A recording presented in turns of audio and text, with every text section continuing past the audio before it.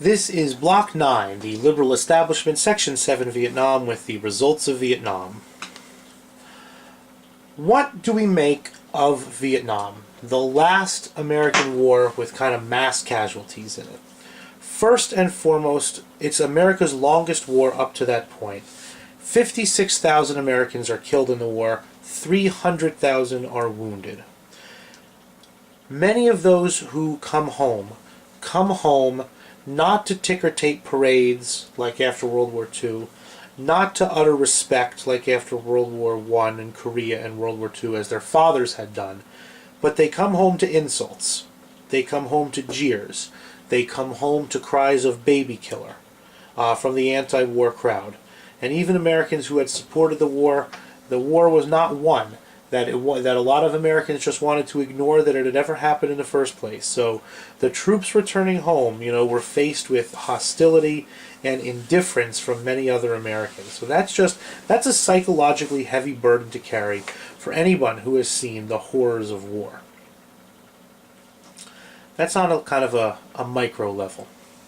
On a larger level, the United States lost face in front of the entire world. In a couple ways. First, the United States, the world's mightiest superpower, the country with the largest, most powerful military on earth, with the most technologically advanced fighting forces the world had ever seen, that this country could not defeat one guerrilla movement in the jungles of Vietnam, despite all of these superiorities. And second, that the United States had the gall to even try it. How dare the United States use all of this high advanced technology on these backward peasants in the jungle?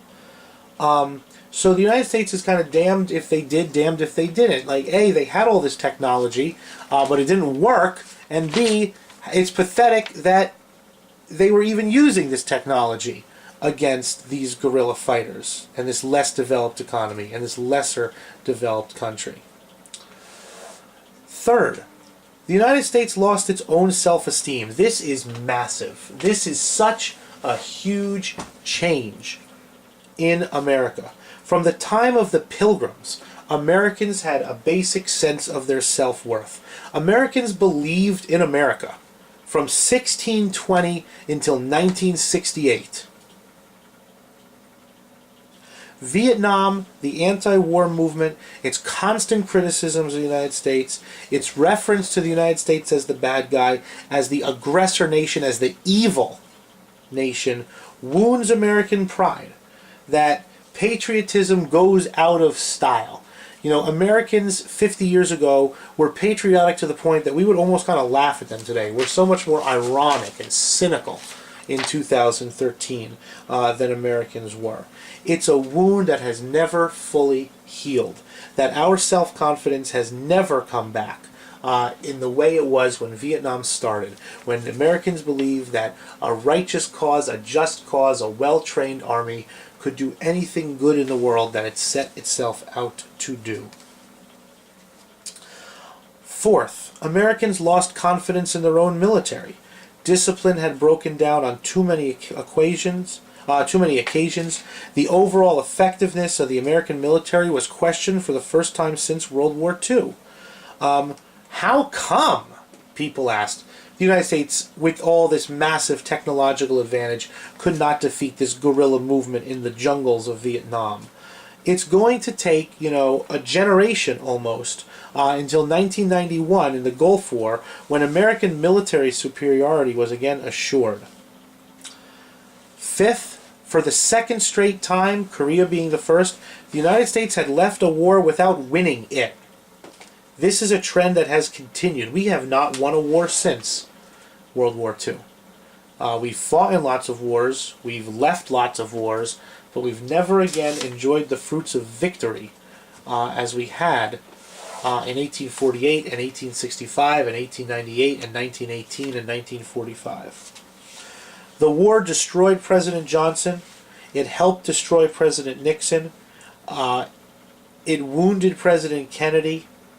It damaged the American economy. And it changed who we are as a people in terms of our confidence that the American elite no longer supported America after Vietnam, and we're going to talk about that in Block 10. But you would go to college, and instead of learning, all the good that the United States had done in history and in the world, starting in the 1960s and 70s, you learned that America was the evil country. America was the bad guy.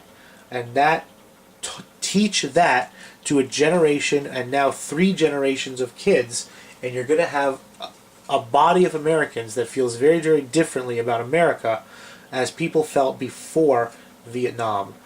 This change cannot be overstated. That American recovery from the debacle in Vietnam would be slow, American recovery from the debacle would be painful, and the wounds that Vietnam inflicted on the United States would never really, ever heal entirely.